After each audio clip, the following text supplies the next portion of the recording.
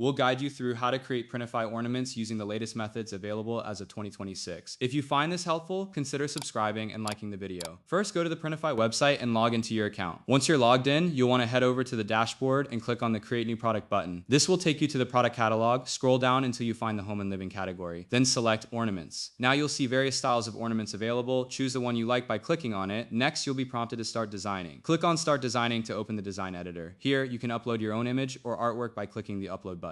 Make sure your design is high resolution for the best print quality. Once your image is uploaded, you can adjust its size and position on the ornament using the drag and drop feature. You can also add text if you like by selecting the text option and typing your message. Choose your preferred font and color to make it stand out. When you're happy with your design, hit Save Product to move to the next step. You'll be prompted to select a store to publish your product. Choose your store or connect a new one if it's your first time. After selecting your store, you can set the price for your ornament. Review everything to ensure it's correct, then click Publish to make your ornament live, and that's it. Your custom ornament is now available to purchase. Don't forget to subscribe and comment if this helped you out.